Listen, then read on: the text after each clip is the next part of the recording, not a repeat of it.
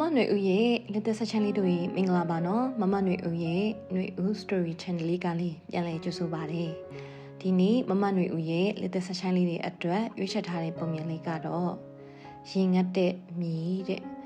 ကဲမမနွေဦးရဲ့လက်သက်ဆက်ချမ်းလေးတို့လည်းပုံမြင်လေးနှထောင်ဖို့အစင်းလေးဖြစ်လောက်ပြီလို့ထင်တယ်နော်အဲ့ဒီတော့ပုံမြင်လေးစလိုက်ကြမယ်ရင်ငတ်တဲ့မြည်တခါတော့ကခရီးတော်တရားဟာပူလောင်6တွေ့တဲ့လမ်းကိုမြည်တကောင်နဲ့အတူသွားလာနေတာပေါ့အတော်ကြကြသွားလာပြီးတဲ့အခါမြည်ဟာရေငတ်လာတယ်အလွန်ကိုမောပန့်လာပါတယ်ဒီလိုနဲ့ခရီးတော်ဟာမြည်ကိုရေတိုက်ဖို့အတွက်နေရာရှာရတယ်လေတနေရာမှာလက်တော်ကြီးတစ်ခုကိုသွားတွေ့တယ်လက်သမားကြီးဟာရဟတ်လို့ခေါ်တဲ့ရိုးရာရေတင်တဲ့ဘင်းခွေကိုအသုံးပြုပြီးမြေအောက်ရေကိုတင်နေတယ်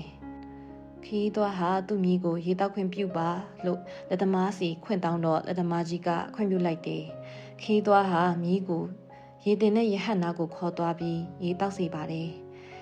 ဒီနေရာမှာရဟတ်ကိုမမြင်ဘူးမကြားဘူးတဲ့သူတွေကိုရှင်းပြပါရစေ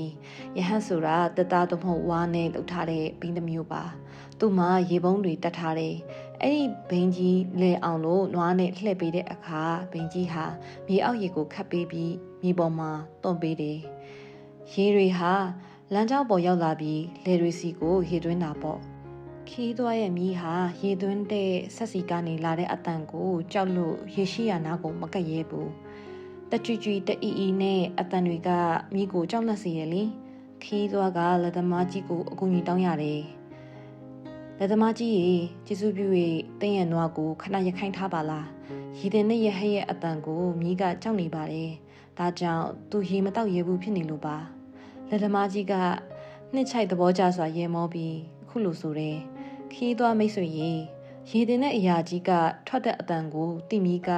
ကြောက်လန့်ပြီးရေမတောက်ရဲတာမို့ရေတင်တဲ့အရာကြီးကိုရက်လိုက်ရမယ်ပေါ့အဲ့ဒါကြီးကိုရက်လိုက်ရင်ရေကရှိတော့မှမဟုတ်ဘူးအတန်တွေထွက်လှုပ်ရှားနေလို့ရေကရနေတာပါသူ့အတွက်ကြောက်စရာမရှိတော့ရင်တောက်စရာလည်းမရှိတော့ဘူးရေတောက်ချင်တော့ထိတ်လန့်စရာတွေကိုသူရဲရဲရင်ဆိုင်မှရမယ်ဆိုလေတယ်ပုံမြင်လေးကဒီမှာပဲပြီးဆုံးသွားလေတယ်ပုံမြင်ရဲ့အဆုံးမှာမြီးဟာရေတောက်ရသလားမတောက်ရဘူးလားဆိုတာသူ့ရဲ့အကြောက်တရားကိုဘလောက်ရင်ဆိုင်နိုင်လဲဆိုတဲ့အပေါ်မူတည်သွားလေတယ်လူတိုင်းရဲ့ဘဝမှာလိုချင်တဲ့အရာတွေရှိလို့ရုန်းကန်ရင်ဆိုင်ကြရမှာပါဒါပေမဲ့ကိုလိုချင်တဲ့အရာတိုင်းရဲ့အနီးမှာမြီးကလေးကြောက်လန့်တဲ့ရေတင်တဲ့ရဟတ်ဘင်းရဲ့ထိတ်လန့်တဲ့အတန်တွေရှိနေနိုင်တယ်စိန်ခေါ်မှုတွေရှိနေနိုင်တယ်ပေါ့ကြော်ဖြတ်ရမယ်အသားစီးတွေရှိမယ်ထိတ်လန့်စိုးရင်စရာတွေမရှိတော့ရင်ကိုတောက်ချင်တဲ့ရေအေးအေးလေးလည်းရှိမှာမဟုတ်တော့ဘူးလေ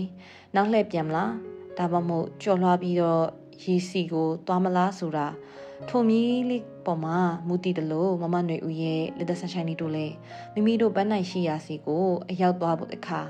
အခက်ခဲတွေကြုံရနိုင်တယ်စိန်ခေါ်မှုတွေရှိနိုင်တယ်ထိုအခက်ခဲနဲ့စိန်ခေါ်မှုတွေကြောင့်ဖြစ်ပေါ်လာတဲ့အကြောက်တရားတွေတွန်းကန်ပြီးရဲရင်ဆိုင်ဖြတ်ကျော်မှသာလျှင်မိမိတို့လိုရာပန်းနိုင်စီကိုရောက်မှာဖြစ်တယ်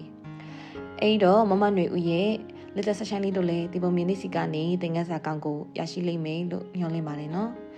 မမနွေဦးရဲ့လက်သက်ဆက်ဆိုင်လေးတို့လည်းအနာဂတ်မှာအကြောင်းအကျိုးအကောင်းအဆိုးကိုဝေဖန်ပိုက်ချနိုင်တဲ့ပညာရှိလူတော်လူကောင်းလေးတွေအဖြစ်နဲ့နေ့တစ်တိုင်းရဲ့လှပတဲ့ဆက်ဆိုင်လေးတွေဖြစ်လာကြပါစေလို့မမနွေဦးကနေဆုမကောင်းတောင်းလိုက်ပါတယ်နော်အဲဒီတော့နောက်ဗီဒီယိုတွေမှာစိတ်ဝင်စားစရာကောင်းပြီးအသိပညာဗဟုသုတတွေကိုတိုးပွားစေမယ့်ပုံမြင်အသစ်တွေနဲ့ကြဆုံကြမယ်နော်တတာ